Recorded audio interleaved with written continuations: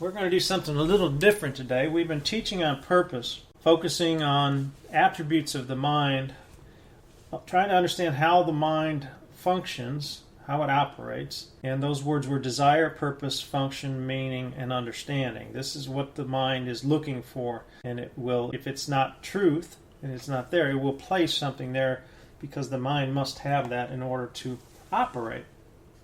But we've been talking all along in this series about mapping the mind, and we're going to do that today. But in order to do that, we can't use the FIP version, which we're usually teaching out of. Today we're going to use the original edition, and we are going to find ourselves in chapter 1, section 1, paragraph 35, which is Miracle Principle 28. Now, most of this is not in the FIP version. It was taken out. So your best bet is to just listen. And if you're not familiar with this passage or these passages about consciousness, about the levels of mind, we're going to go kind of slowly here and we'll repeat ourselves often. This is probably much better done on a video, but we're going to give it an attempt by the Holy Spirit and Jesus with their help to get this out. So we will begin the original Miracle Principle 28 from the original edition. And it says, miracles are a means of organizing different levels of consciousness. So we start by two words there. And no matter what your definition of a word is, there is a definition that the Course Jesus provides that may not line up with what you've known it to be or you may have found in other paths. But we're studying and we teach a Course in Miracles, so we need to know what Jesus is referring to. He's talking about levels and consciousness. Yeah, and the key thing here is that he made reference to levels of consciousness. So when we say consciousness, so many times we have our concept of what that is. Well, is he conscious or unconscious in the physical sense? And we're so shallow with our thinking about what consciousness is. Now, it says the first thing that we did with this thing is we instituted levels. What were they? Levels, aspects, and degrees. Okay, so now from that, ultimately, and we'll get to this, ultimately consciousness comes out of that. But there are other things that come out of it. But all of it is referred to here as the miracle deals with all the levels of consciousness the mind set up. And it set it up with a purpose. It set it up with a function. And it's protecting every level and making sure that every level can't communicate with the other level. So this is real in-depth way of understanding.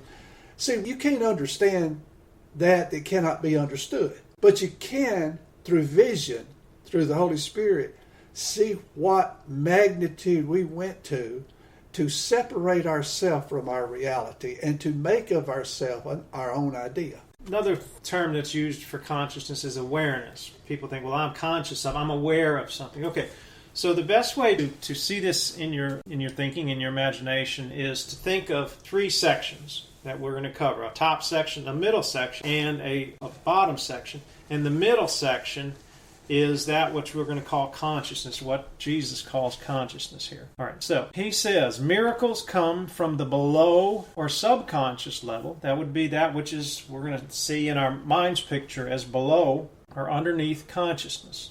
Revelations come from the above or superconscious level. Again, we're not talking about space, up and down in space. These are levels within the mind that we made. So now we have three levels. We have the superconscious, where revelation is.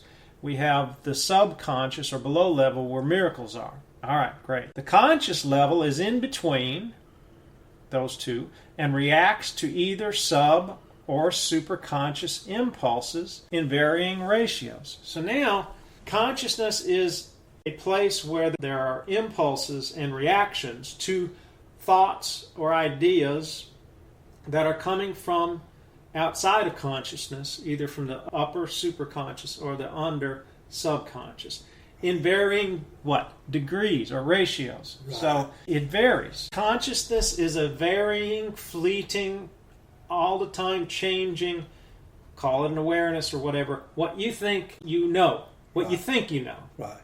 See, you can look at this as saying, well, in consciousness is who I am. So I've decided that I'm my own idea, and I'm an ego self. And I have set at the door this ego to only let in what will strengthen me in my thought and keep out what would correct or change what I believe. Or what threatened me. What threatens me. See? Right.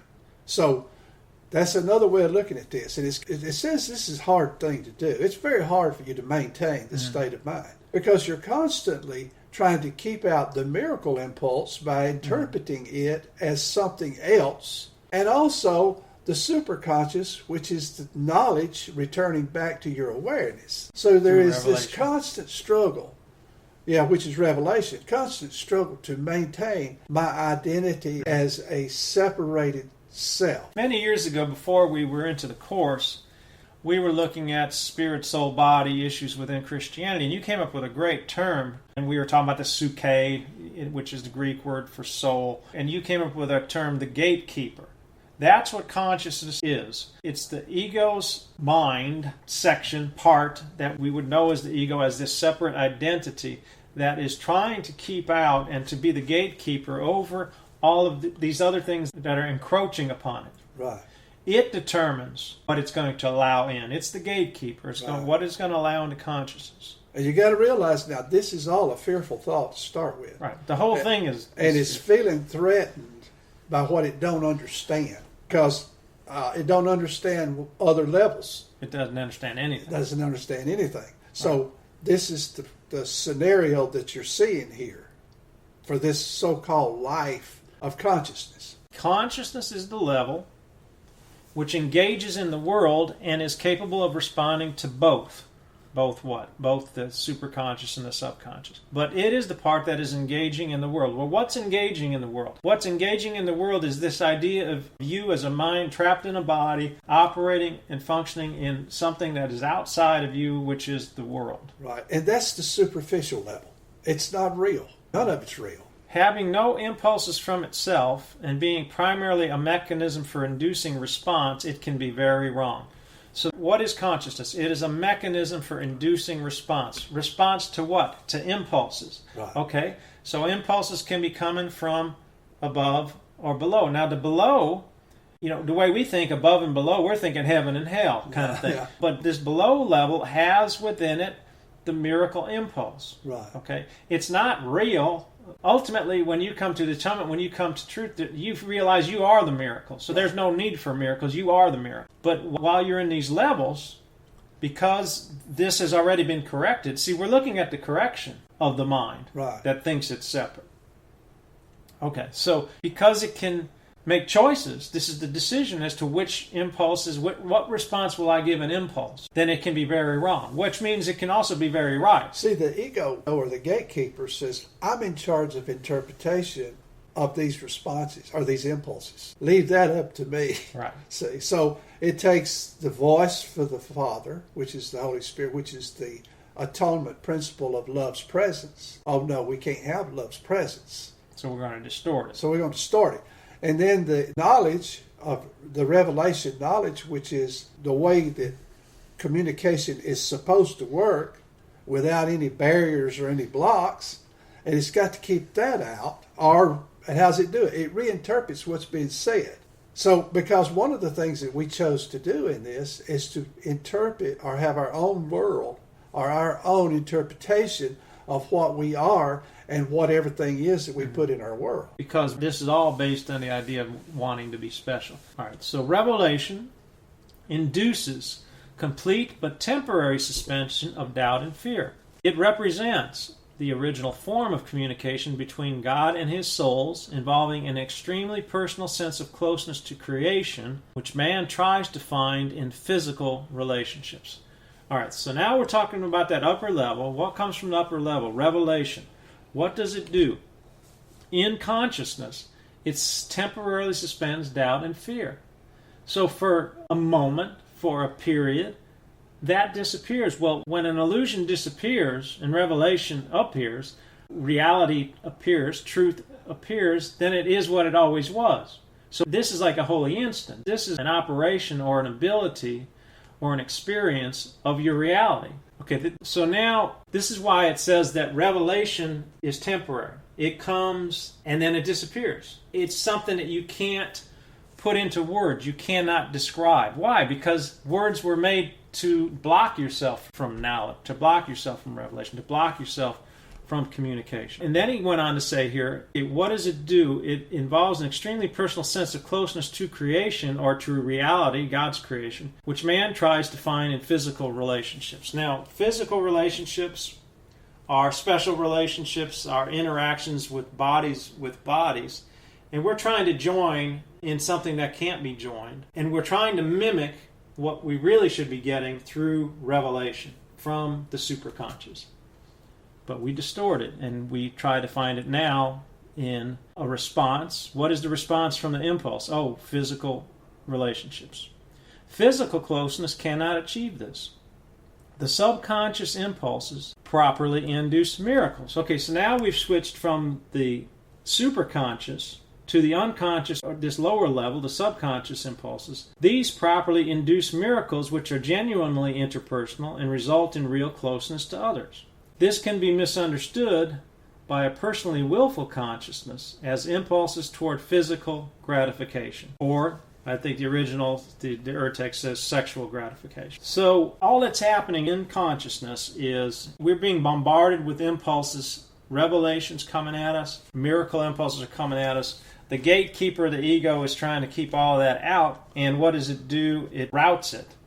Let me reroute that into a distortion of the physical regarding the body. All right, revelation unites souls directly with God. Miracles unite minds directly with each other. So there's another distinction. One comes from the Father. Remember that revelation can only, it comes one way. It's not returned. That's because you were created by the Father. You did not create the Father created you.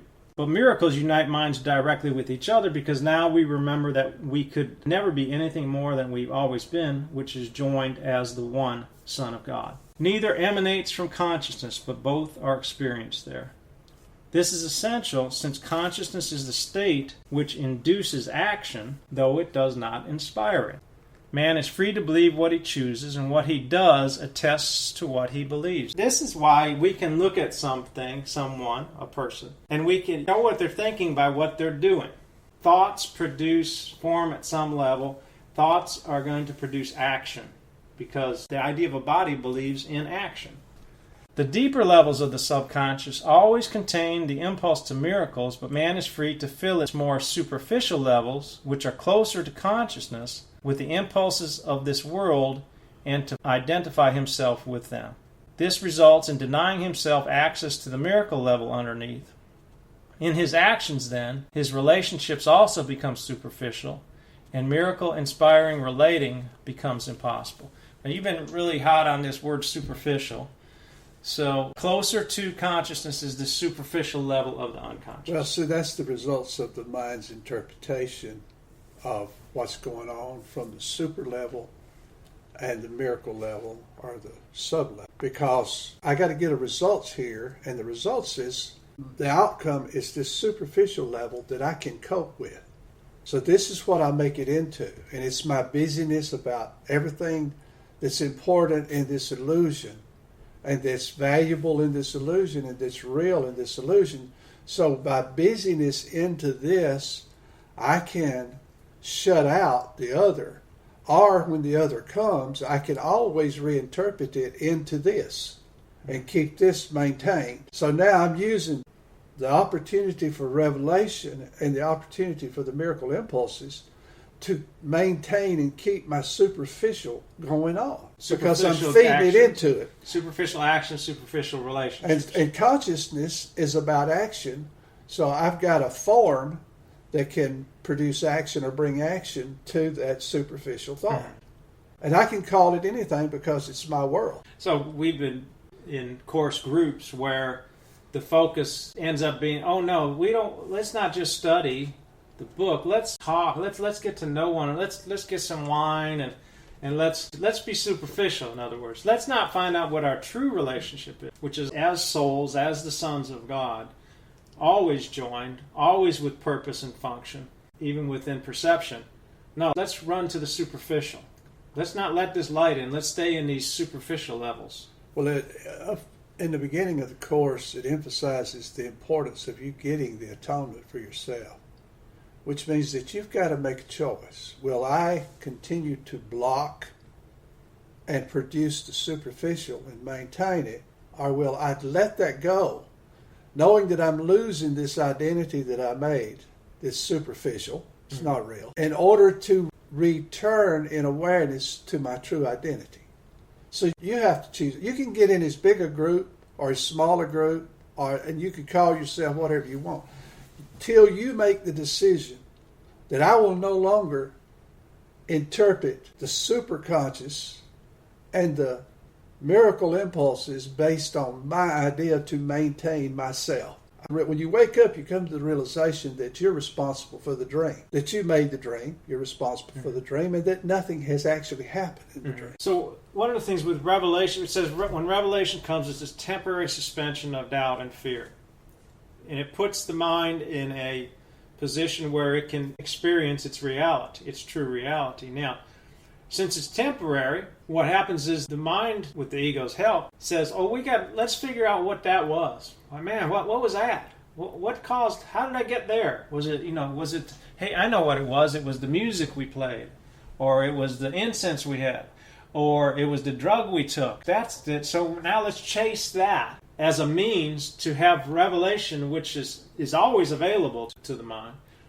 But you're actually running away from it, because what have you done? You've put it back to the superficial, back to the action, back to the reaction, rather than an understanding of what's going on. And that's why I think it's kind of unfortunate that this was left out of the Blue Book, because it actually gives some great explanation of what is going on within the mind. Now let's review really quickly, because this may be new to some of us.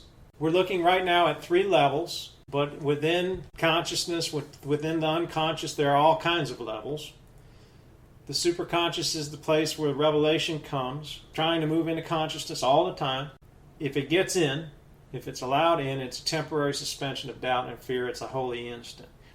From the unconscious or subconscious level, which is called the below level, is the Holy Spirit with miracle impulses. But closer to consciousness are levels of superficiality that the ego can access to be the gatekeeper, which reroutes the impulses that are looking for an action, that are looking for a response. See, the response to a miracle impulse is to give a miracle. Right. It's not to go out and feed the poor, to go out and hug everybody, to go out and heal bodies, to go out and whatever.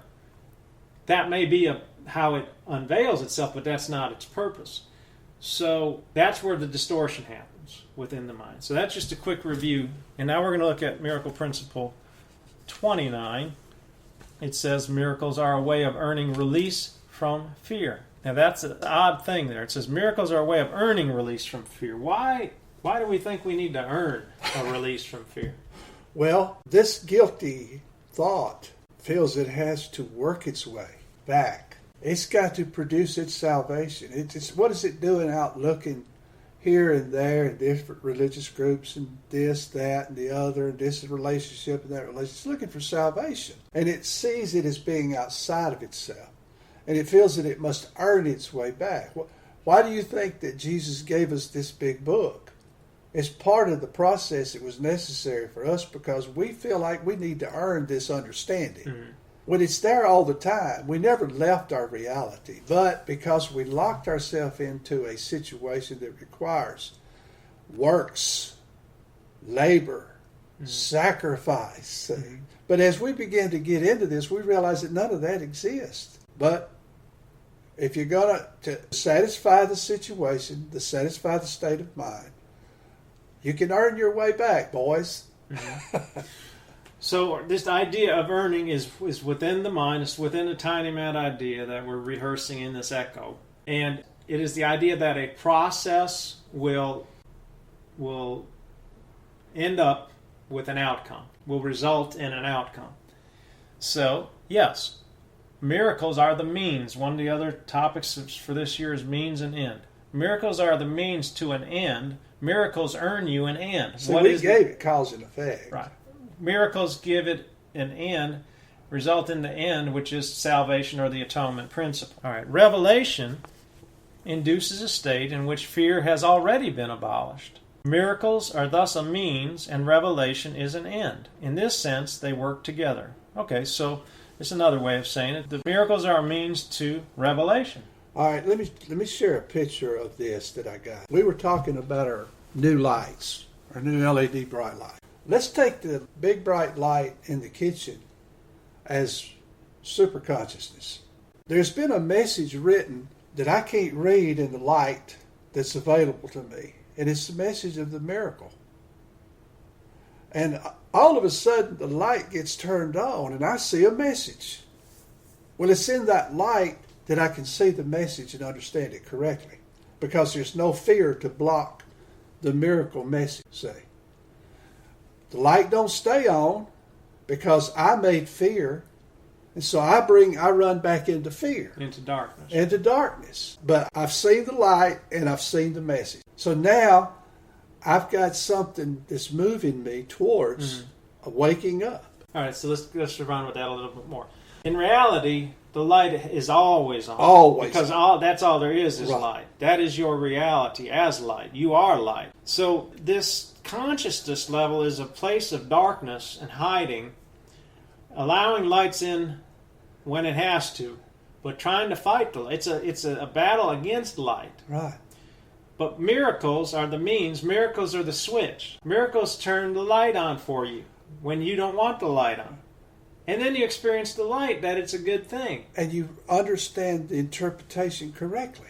For as long as you can in time. Until fear and your choice says, okay, that's enough.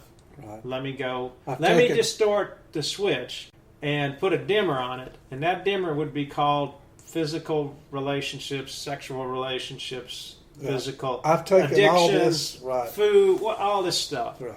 I've taken all this light I can handle. Right. Why? We talked about it when we talked about buying our LED lights. We thought the kitchens were clean.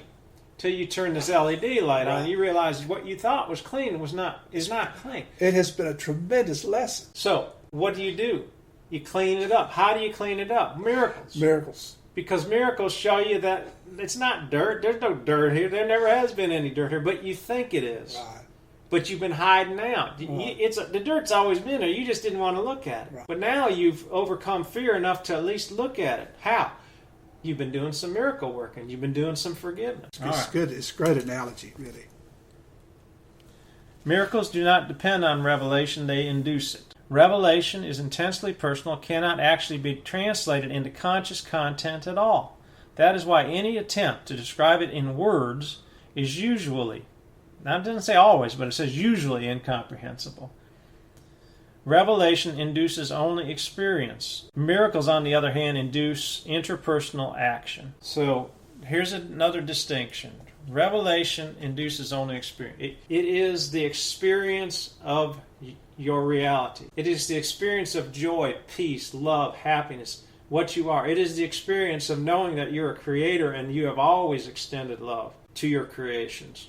I think a good practical way to use that is this. The light of revelation is on, and you see the miracle of love's presence, and you realize that all there is love, because that's what the miracle is teaching in forgiveness. Joe comes along, and Joe does something or says something to you that calls for a response.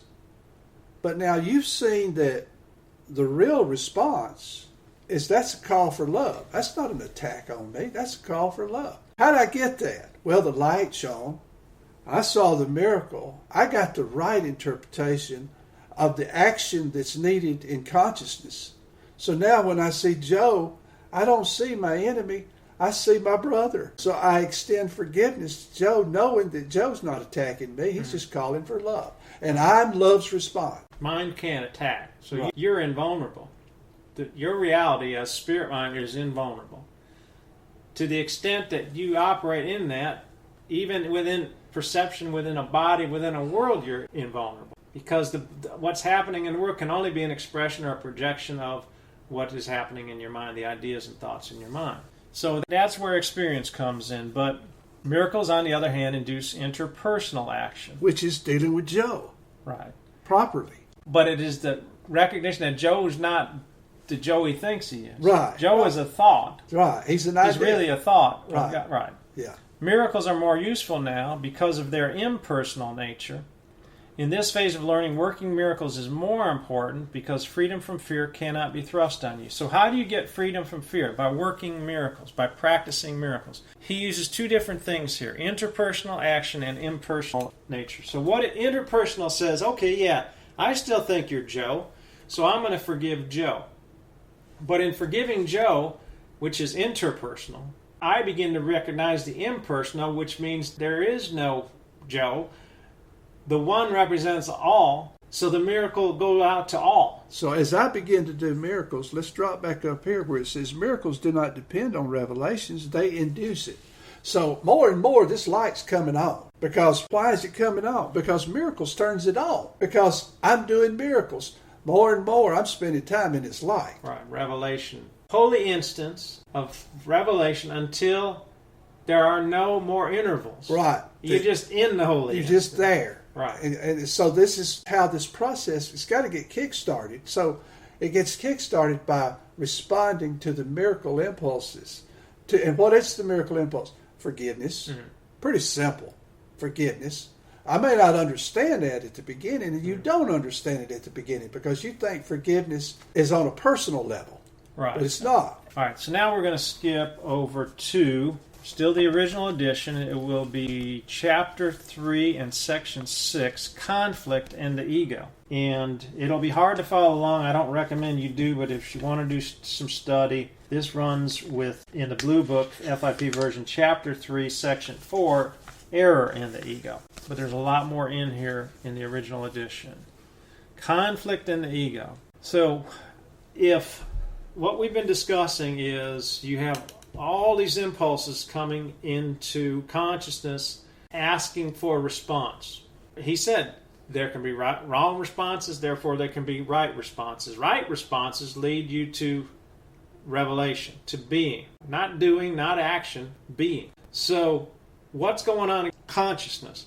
Conflict. Because you have getting conflicting messages from two different teachers, two different guides. Well, you made the ego, right. and the Holy Spirit is the other teacher. It's the other teacher. All right, conflict and ego. The abilities man now possesses are only shadows of his real strengths. All of his functions are equivocal and open to question or doubt. This is because he is not certain how he will use them. Okay, so we have a function, we have a purpose, but the first part, our first word is desire or a choice, a wish, as to how we're going to use the functions of mind and for what purposes. And so once we left our true function, which is creation, now everything's up for grabs. Everything. Everything's up for interpretation. This is because he is not certain how he will use them. So we're misusing the functions of mind, but we don't know how we're misusing them, or that we're misusing them because we've become mindless, and so we're just mixed up. Right. We're in total confusion. Right.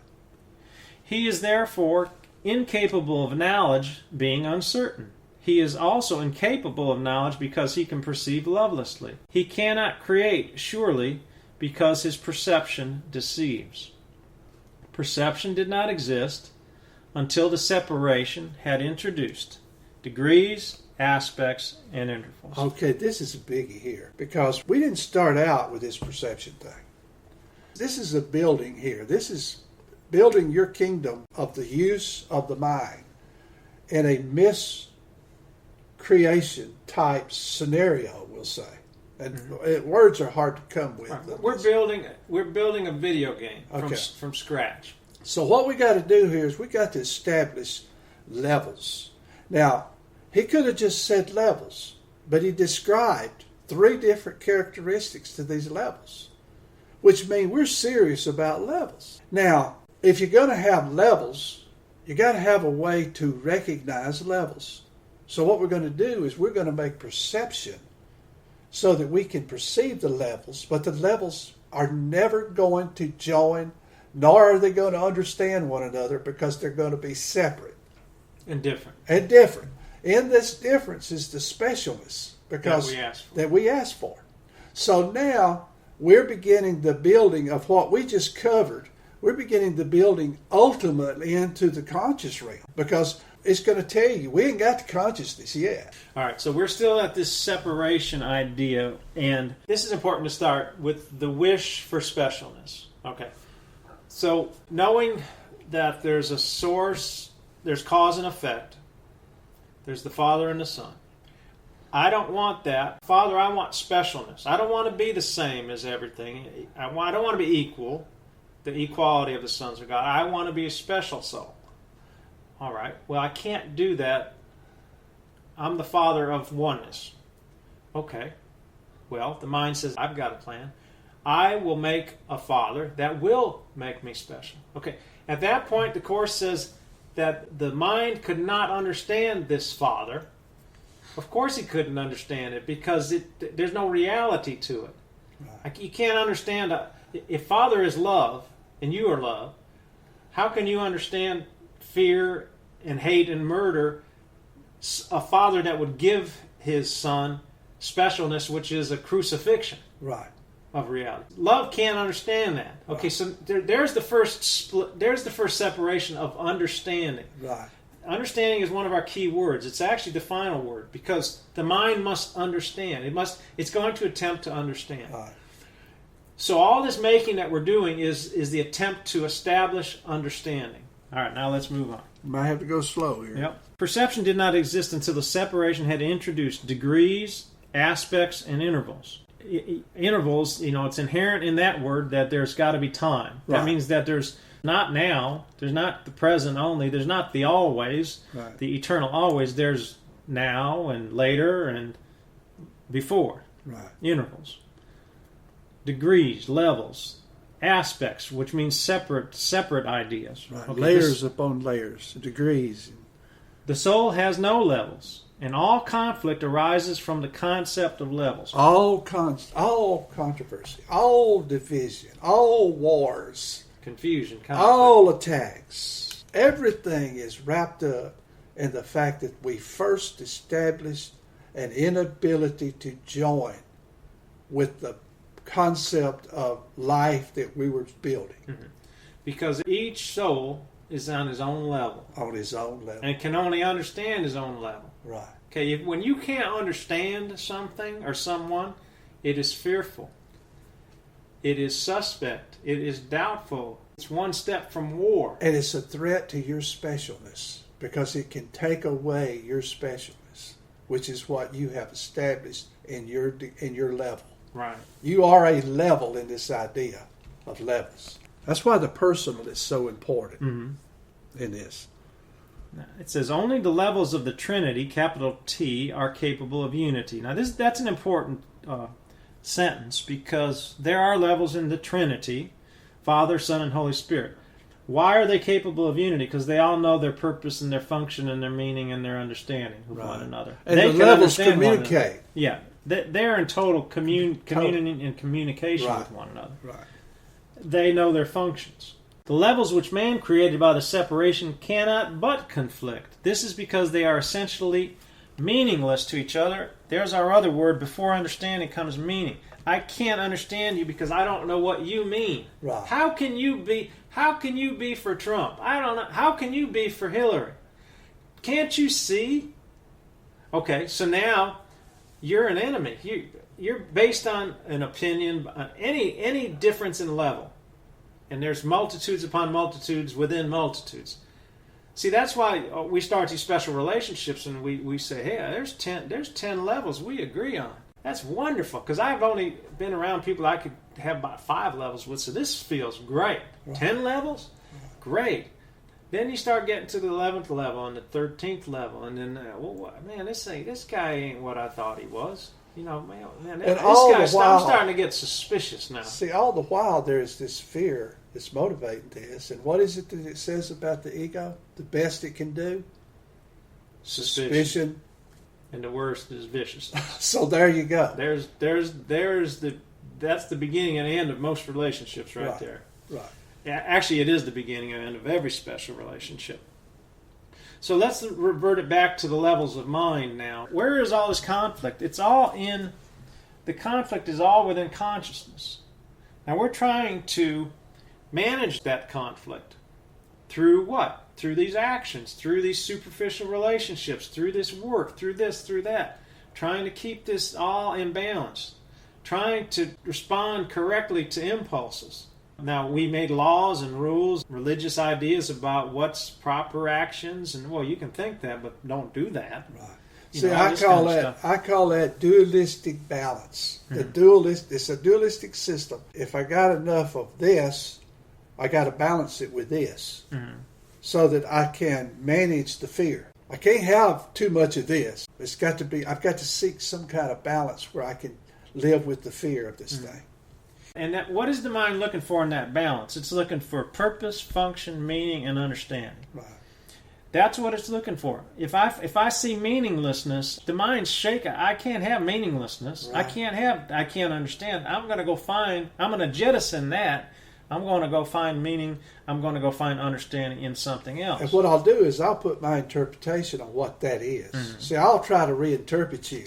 Right. And once I get a satisfactory interpretation of you. So I go back to Joe. The only interpretation for Joe is that he represents the call for love. Joe's not the reality of this thing. Joe's a symbol of a message. Is he the message of fear? Then I must be in fear. Is he the message of love? Then I'm in the miracle. And I respond with love. That's why when persons, let's take this dating thing that goes on. Small town. Hey, I'm dating somebody new. Oh yeah? What's his name? Well, he's a good guy. And what's he look like? Well, okay. Well, what's his name? Bob. Oh, does he have a tattoo? Yeah. Oh, I know him. See, I have meaning and understanding about. I've classified this guy, and I have a balance on this dude. And I got to read it. Oh, he's all right, but you better watch A, B, and C. Right. See, now I feel comfortable because I have placed meaning and locked this person into... But I've also introduced levels into her thinking about him. Sure. Because A, B, and C needs to be watched. Because my levels are all that matter. So I'm going to project them onto you. Absolutely. See, this is what happens in families and these special relationships. Man, don't let mom know. You can do that, but man, don't let mom know you're doing that. You know, she'll kill you if she finds that out. Just let her just believe, whatever. Right. Because, they're trying to push their level on us. This is why you cannot be neutral in this. No. Jesus tells us you can't be neutral in this. All right. Freud realized this perfectly, and that is why he conceived the different levels in his view of the psyche as forever irreconcilable. They were conflict-prone by definition because they wanted different things and obeyed different principles. In our picture of the psyche, there is an unconscious level which properly consists only of the miracle ability and which should be under my direction. Okay, so now Jesus is clarifying this lower bottom level that we talked about in these three levels, which is the unconscious or subconscious level where the miracle impulses are, and he's saying it should only consist of that. Forget the superficial stuff. Right. Let's just focus on the miracle and under my direction. Right. Jesus' role in this is so important. And I know a lot of people don't want to, okay, well, I don't know nothing about no Jesus. I just read the course and it's not about Jesus. Well, you may need not to call him Jesus, but there is a soul, there is within perception, a helper. A function. Who has a function that's different from the function of the Holy Spirit, but they're in union, and you must understand his role. So we won't get into that. That's a whole other series. Yeah. There's so many directions you could go here. There is also a conscious level which perceives or is aware of impulses from both the unconscious and the superconscious. And we've studied that. Consciousness is thus the level of perception, but not of knowledge. Again, to perceive is not to know. So now we're into perception. We made these levels. We've empowered a gatekeeper, the ego, and now we're in perception. Consciousness was the first split that man introduced into himself. He became a perceiver rather than a creator in the true sense. Okay, so what is a perceiver? A perceiver is saying there's something outside of me that I must look at, I must interact with, I must interpret, and get its message in order to act on it in consciousness. Right, to have a response to it. So that's actually what perception is. Now, here's the hidden facet to perception. It's no good without projection. So the perceiver is also the projector of the image it wants to see. Mm-hmm. It puts the characters into play. It gives the script to the characters. But it's unaware that it's the source. It's only interested in the judgment aspect of the perception of the play, which is the superficial, which is what's being acted out in consciousness. So I can sit in judgment and not take responsibility that I projected the whole play, and then put myself as judge to perceive the play as however I choose, because I have dualistic thought. I have the ability to say good and bad. So we'll use your analogy of the play. We're in the theater. We made the theater. We made the play. Okay. Now, there appears to be a you and a me. Because we made levels, and I am a level, you in perception, you are a level. You say, no, I didn't make I didn't make this play. I'm just involved in part 4 of Act 3 over here. Right. So I've limited my awareness or my consciousness that I'm not responsible for the this whole on play. me. Right. I'm just playing this little role over here. I'm just little old me over here, and I'm over here doing the exact same thing. But maybe I think I'm doing Act 5, and I play the pauper, but you're playing the king or the president. You're Trump, and I'm Comey or whatever. So. But we don't realize we're making because there's only one mind. We're making the whole thing, but we've segregated this all off into levels, into levels, and now we limit ourselves to our level aspects. So everything is only seen from my perspective, from my view, from my perception. Now, what happens with the body when the body goes to sleep at night? We dream a dream that we should understand. Ain't nobody else writing this one. This is my dream. The person laying in bed next to me ain't dreaming this dream.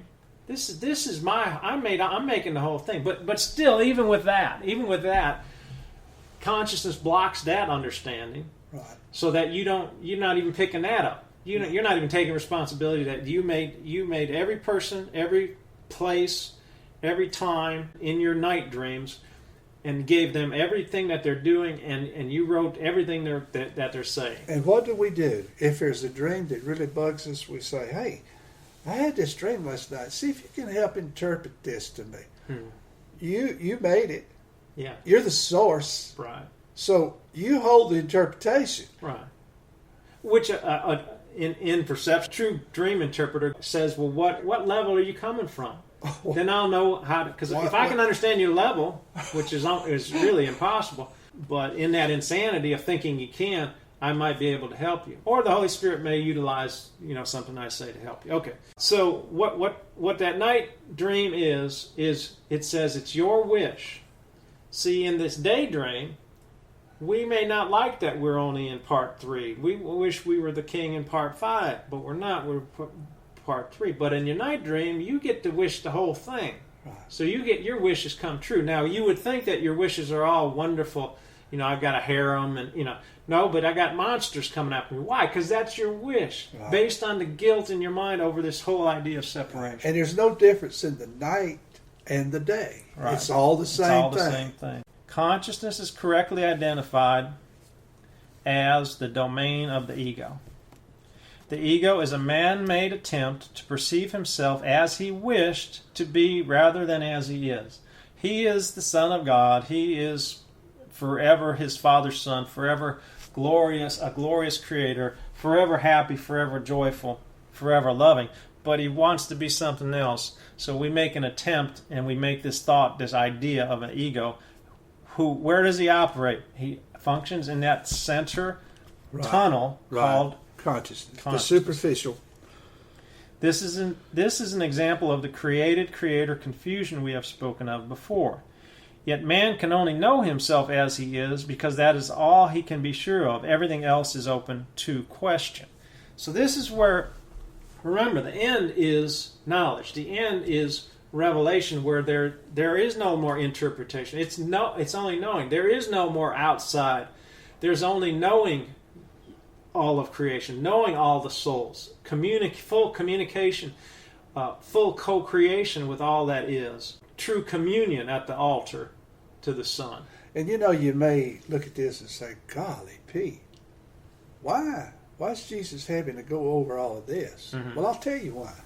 He said, you made a complicated system. You love complications. So the more complicated, the better, because you think you can bury yourself under all of this stuff when it's really nothing. The answer to time and space is nothing and nowhere. That's the ultimate answer. It's nothing and nowhere. It's nothing and nowhere. It's simple. So don't get caught up in the complication here. Just allow yourself the revelation light to shine, and it will reveal the miracle impulse and act on the miracle impulse in this realm called consciousness. To bring you to revelation. To the point where you release consciousness. Now, right. In New Age thinking, whatever you want to call it, you got all this, we want to expand consciousness. See, it's a different definition.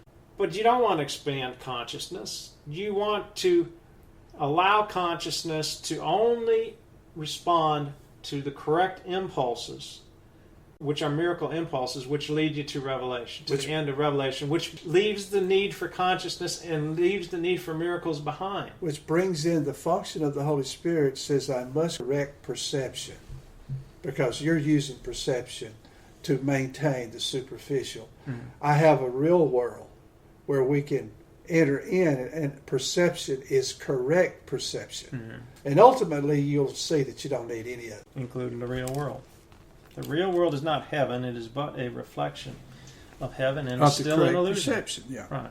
Okay, so everything else is open to question. The ego is the questioning compartment in the post-separation psyche, which man created for himself. Well, why would he be the questioning compartment? Because he doesn't know anything. No. Doesn't know anything. Is incapable of knowing.